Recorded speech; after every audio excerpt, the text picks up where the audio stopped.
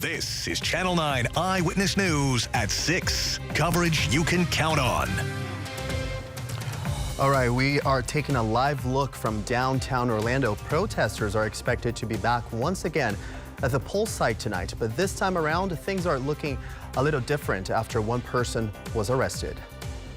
Thank you so much for joining us tonight. I'm Geovany Diaz. Q McCrae's off. We'll take you to that live story in just a bit, but first things first, let's talk about weather because it's been raining on and off all throughout the day. This is a live look from downtown Orlando. Looks cloudy right now. Certified meteorologist David Hecker joins us live from Severe Weather Center 9. David, holiday tomorrow. How are things looking? Yeah, I think it may end up being very similar to what we saw today. The new information for you, Gio, that's coming up in about 15 minutes. David, thank you so much. And right now, the unofficial end of the summer travel season is in full swing at the Orlando International Airport. Today, almost 100,000 travelers are expected to pass through the terminals with a grand total of almost 900,000 between Friday and Tuesday. This would be a small increase compared to 2024. Meanwhile, good news for your wallet tonight. Gas has not been this cheap since Labor Day weekend 2020. Gas prices are right now averaging just around $3 a gallon. The lower prices are mostly because the oil prices are also low. Happening right now, protesters are gathering at the Pulse Memorial once again. It's been about 10 days since the controversy over the crosswalk situation there started, and just a few days after a man was arrested at the very same location. Channel 9's JJ Burton is live there from Pulse tonight with the latest on this protest. Hey, JJ. And Gio, you can see some people right out here right now. They're also on the crosswalk right now, riding right to free speech. And you can see several other protesters that just got out here. Orlando, JJ Burton, Channel 9 Eyewitness News. JJ, thank you so much for that report. Other cities across the state of Florida are also under a deadline to remove the rainbow crosswalks and any street art supporting diversity. Miami Beach is one of them, which is why people took to the streets earlier today. Leaders say the colors and art represent the freedom of expression of the city. The state says it is complying with the federal government's move to promote safety, which is the same reason why the Pulse crosswalk was also painted.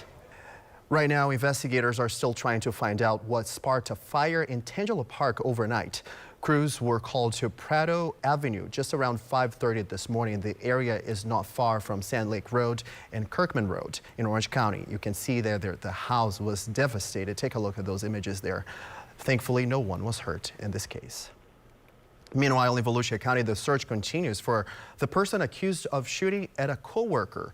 The search has been going on since Friday. Body camera footage shows that dramatic visual there. Take a look. First responders trying to help the victim inside his vehicle. This all went down on Glen Haven Avenue in Pearson.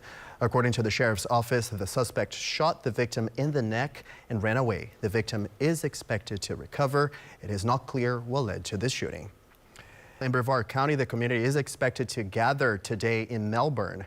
They're holding a vigil for a 2-year-old girl who was shot and killed Friday night. 2 other adults were also hurt in that shooting. They are in critical condition tonight.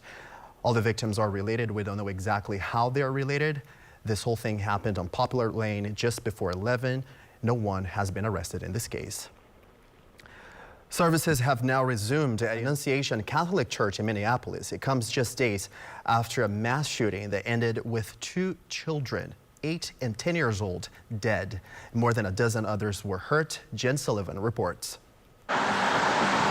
Outside Annunciation Church in Minneapolis, holding a special session on gun legislation. I'm Jen Sullivan reporting. Such a horrendous story there. Meanwhile, a major Verizon service outage across the country has now been resolved. At least 22,000 outages were reported Saturday. Most users who lost service say they saw their phones display an SOS message at the top corner of the screen. Major disruptions were reported not only here in Central Florida, but also in Miami and Tampa. Verizon said the problem was caused because of a software issue. Now, here's a good question for you. Do you want to be rich? Well, this is your chance. The Powerball jackpot has now gone up to $1.2 billion with a B. That's after no one got the 6 numbers last night. The next drawing is expected to happen tomorrow. It will be the 5th largest prize in the history of the game.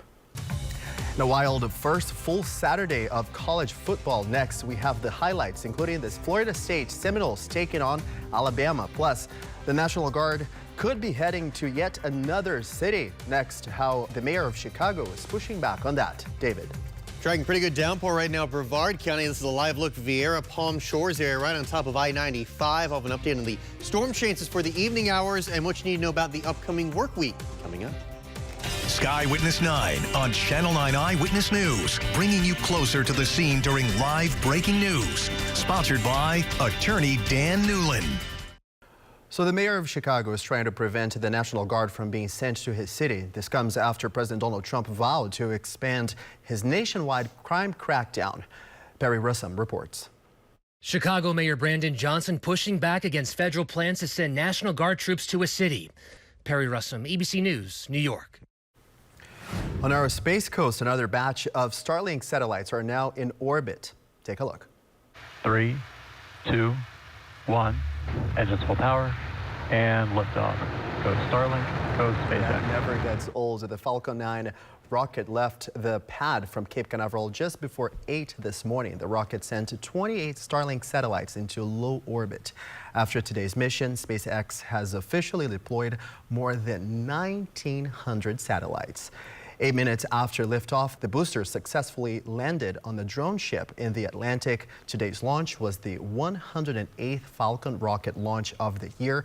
SpaceX is aiming for at least 170 in 2025.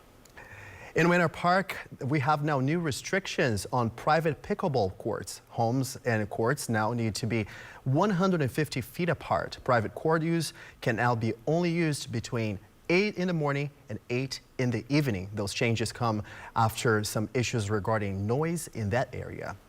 Now to our certified meteorologist, David Heckard. Do you play pickleball at all?